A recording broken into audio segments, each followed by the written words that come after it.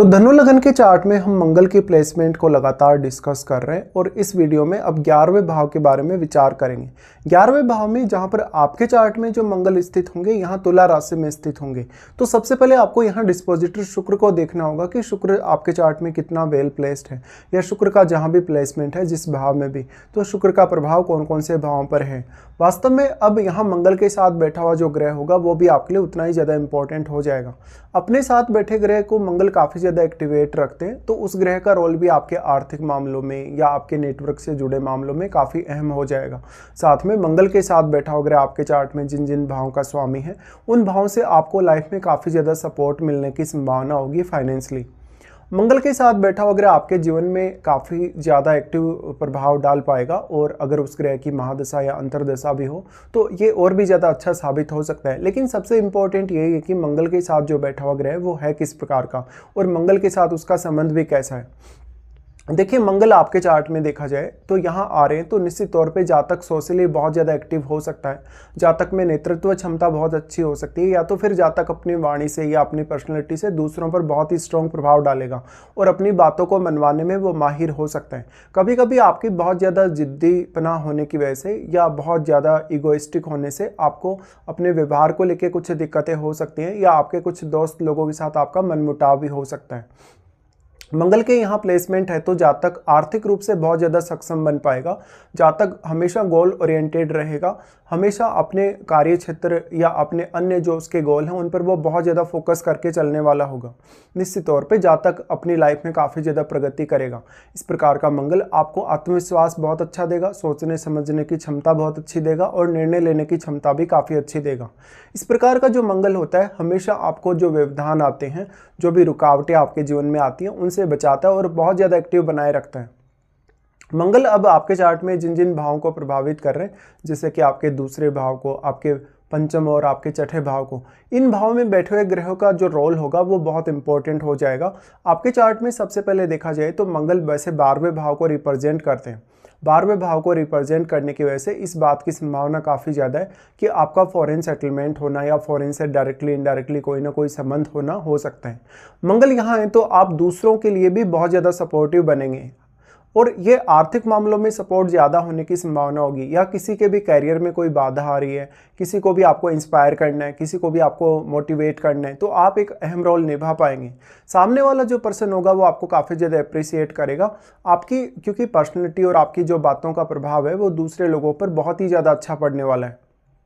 मंगल 12वें घर के स्वामी होने की वजह से 12वें घर को लेकर आपकी अपेक्षाएं बहुत ज़्यादा तीव्र होंगी, तो कभी कभी आपसे कुछ गलतियां हो सकती हैं। आपसे कुछ गलतियां इस मामले में होने की संभावना तब ज़्यादा होगी जब मंगल के साथ यहाँ केतु स्थित हों या राहु स्थित हों। आपके चार्ट में अब आपको देखना होगा चंद्रमा को, क्योंकि मंगल आपकी एक्सपेक्टेशन को तो काफ़ी ज़्यादा हाई रखेंगे, लेकिन अगर आपका चंद्रमा अच्छी स्थिति में नहीं है या फिर आपका बृहस्पति बहुत वेल प्लेस्ड नहीं है, तो जो कॉन्फिडेंस मंगल आपको प्रोवाइड करेगा वो कॉन्फिडेंस आप बहुत लंबे समय तक बनाए हुए कभी कभी नहीं रख सकेंगे। तो इससे आर्थिक रूप से काफ़ी उतार चढ़ाव आने की संभावना होगी और आपके रिश्तों पर भी इसका अवश्य प्रभाव पड़ेगा। मंगल आपके चार्ट में फिर पंचमेश भी हैं और वो अपने से बिल्कुल ऑपोजिट बैठे हुए हैं, तो अपने भाव पे उनकी दृष्टि है जहां पर वो आपको काफ़ी ज़्यादा प्रोटेक्ट करने की कोशिश कर रहे हैं। इस मामले में निश्चित तौर पे आपके पास इनकम के सोर्सेज बहुत ज़्यादा हो सकते हैं, और आप इतने ज़्यादा क्षमतावान और बहुत ज़्यादा गुणवान हैं कि आप अपने खुद के दम पे, अपने खुद के प्रयासों के बल पे आप जीवन में ज़्यादा से ज़्यादा धन स्रोत अपने लिए चालू कर पाएँ, स्टार्ट कर पाएँ। अब यहाँ जो आपको दिक्कत हो सकती है सिर्फ और सिर्फ आपको धन को मैनेज करने को लेके कुछ इश्यूज हो सकते हैं। मंगल का अगर हम दृष्टियों के हिसाब से प्रभाव देखेंगे तो इनका प्रभाव आपके दूसरे भाव पे होगा। दूसरा भाव अगर आपके चार्ट के हिसाब से देखा जाए तो अब मंगल के लिए इनका उच्च का घर है, यहाँ वो सबसे ज़्यादा आपकी एक्सपेक्टेशंस को बढ़ाने वाले हैं, इसलिए अपनी वाणी पर सर्वप्रथम आपको नियंत्रण रखना होगा। अगर मंगल यहाँ पर बहुत अच्छी कंडीशन में नहीं बैठे हैं आपके 11th हाउस में, तो आपको फैमिली के साथ काफ़ी ज़्यादा डिस्प्यूट होने की संभावना होगी, फैमिली के साथ आपके रिश्तों में भी काफ़ी ज़्यादा उतार चढ़ाव आने की संभावना होगी। लेकिन क्योंकि मंगल आपको फायरी एनर्जी प्रोवाइड कर रहे हैं और काफ़ी ज़्यादा कहीं ना कहीं आपको डेडिकेशन दिला रहे हैं, इसके साथ साथ आपका जो कॉन्फिडेंस है, आप में जो साहसिक क्षमता है वो भी काफ़ी अच्छी डेवलप कर रहे हैं, इसलिए किसी भी प्रकार की चुनौती हो, किसी भी प्रकार की समस्या, उससे निपटने में आप काफ़ी माहिर होंगे, जो कि आपके दूसरे घर से रिलेटेड होगी। अब आप अगर आर्थिक रूप से बहुत ज़्यादा अपने आप को स्टेबल रख पाए, अगर आप पैसे धन संपत्ति के लिए अगर लालच नहीं करें, तो आपके लिए मंगल और भी ज़्यादा अच्छे प्रभाव दिखा सकता है। ऐसा जो जातक होगा हमेशा अपनी फैमिली की जो आर्थिक स्थिति है उसको प्रोटेक्ट करता हुआ नजर आएगा। फैमिली से जुड़े हुए जो आपके सदस्य हैं आपके साथ, उनके साथ आपका लेकिन यहाँ जो बिहेवियर है, जो आपका व्यवहार है, वो बहुत ही ज़्यादा मैटर करने वाला है। अब आपका जो सेकंड हाउस में बैठा हुआ ग्रह है वो भी मंगल के प्रभाव की वजह से काफ़ी ज़्यादा एक्टिवेट होगा। तो उस ग्रह पर मंगल का प्रभाव होने से निश्चित तौर पे वो ग्रह भी आपके आर्थिक मामलों में आपको काफ़ी सपोर्ट कर सकता है। सेकंड हाउस में बैठे हुए ग्रह का रोल आपकी वाणी और आपके इनकम में जो उतार चढ़ाव होंगे उनके लिए भी काफ़ी अहम होगा। तो निश्चित तौर पे ऐसा जो जातक होगा अपनी फैमिली को साथ लेके अगर चलता है, या फिर वो खुद ही अगर इतना बलशाली है, इतना ज़्यादा डेडिकेटेड है कि वो खुद के बल पे अपनी पूरी फैमिली की लाइफस्टाइल को चेंज कर सके, खान पान या रहन सहन को बहुत स्टेबल रख सके, तो जातक में कहीं ना कहीं जो मंगल का प्रभाव है हमें काफ़ी अच्छा नजर आएगा और मंगल आपको और भी ज़्यादा सपोर्ट करेगा। अब जो सेकंड हाउस में यहाँ ग्रह बैठा है वो आपके चार्ट में जिन जिन भावों का स्वामी है उन भावों से भी आप कुछ ना कुछ अवश्य सपोर्ट एक्सपेक्ट कर सकते हो।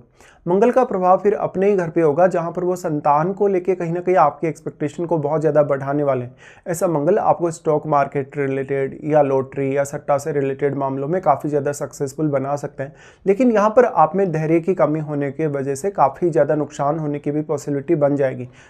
तो अब आपके चार्ट में पंचम भाव में बैठा हुआ ग्रह आपके लिए बहुत ज़्यादा महत्वपूर्ण हो जाएगा। पंचम भाव में बैठे हुए ग्रह का प्रभाव यहाँ मंगल पर भी है और आपके पंचम में बैठा हुआ ग्रह मंगल के प्रभाव की वजह से काफ़ी ज़्यादा एक्टिवेट हो रहा है, तो ये आपको विचार करना चाहिए। अब जो ग्रह आपके पंचम भाव में बैठा है वो मंगल से प्रभावित होने की वजह से काफ़ी ज़्यादा एक्टिवेट है और उस ग्रह का प्रभाव आपके निर्णय लेने, सोचने, विचार करने पर अवश्य पड़ेगा। लेकिन निश्चित तौर पे हम 11वें घर के मंगल को बहुत ज़्यादा अच्छा मान सकते हैं कैरियर के हिसाब से भी, क्योंकि मंगल 5वें और 6ठे दोनों ही भावों को आपस में कनेक्ट कर रहे हैं। इसलिए आपकी संतान भी कुछ समय बाद आपके लिए काफ़ी ज़्यादा सपोर्ट ला सकती है, जो कि आपके आर्थिक मामलों के लिए हो सकता है मोस्टली। लेकिन मंगल का प्रभाव पंचम भाव पर होने से आपकी जो लव लाइफ है, आपका अगर किसी से इमोशनली या फिजिकली बहुत ज़्यादा अटैचमेंट है तो ऐसे रिश्तों को लेके प्रॉब्लम्स अवश्य होंगी। अब यहाँ शुक्र का रोल काफ़ी अहम होगा। क्या वास्तव में शुक्र मंगल से प्रभावित है किसी भी तरीके से, या तो शुक्र मंगल के साथ ही बैठा हो तो ये बहुत ही अच्छा धनयोग आपके लिए बन जाएगा। बट अगर रिश्तों की बात करें तो रिश्तों में जो आपकी चाहत है वो और ज़्यादा बढ़ती जाती है, तो रिश्तों में कुछ प्रॉब्लम्स इस प्रकार की सामने आ सकती हैं।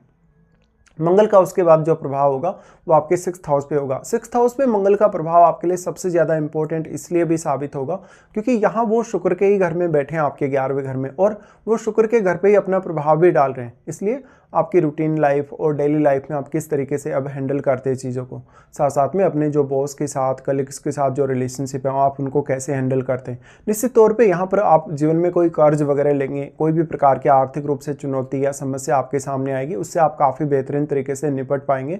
साथ साथ में कैरियर को लेकर अगर आप अपनी लाइफ को बहुत ज़्यादा स्टेबल रख पाए, अगर आप अपनी अपेक्षाओं को भी कहीं ना कहीं थोड़ा बहुत कंट्रोल कर पाए, तो मंगल का प्रभाव आपके लिए और भी ज़्यादा सपोर्टिव साबित हो सकता है। अब मंगल की जो 6th हाउस पे दृष्टि है तो मंगल आपको हेल्थ के मामले में बहुत ज़्यादा प्रोटेक्ट करने की कोशिश करेंगे। साथ में अब आप अपने फिजिकल एफर्ट के थ्रू कुछ भी पाने की क्षमता रखते हैं, लेकिन आप फिजिकली कितने ज़्यादा एक्टिव हैं, आप अपनी रूटीन लाइफ को कैसे हैंडल करते हैं, आप कितने ज़्यादा सक्सेसफुल बन सकते हैं अपनी रूटीन लाइफ में, ये आपके लिए काफ़ी ज़्यादा अहम हो जाएगा। इसके साथ साथ अब आपके लिए मैटर करेगा क्या वास्तव में आपको मंगल की महादशा है, और अगर आपको मंगल की महादशा है तो वो कौन से एज पीरियड में आने वाली है, इसका बहुत ही अहम रोल होगा। हम ये निश्चित तौर पर अब मान सकते हैं कि मंगल का जो 11वें घर में प्लेसमेंट है वो आपको जीवन में आगे बढ़ने, ग्रोथ करने या लाइफ में जो कुछ भी आप चाहते हैं वो सब प्राप्त करने के बहुत सारे अवसर देता है। बस आपको इन अवसरों का सही लाभ उठाना आना चाहिए।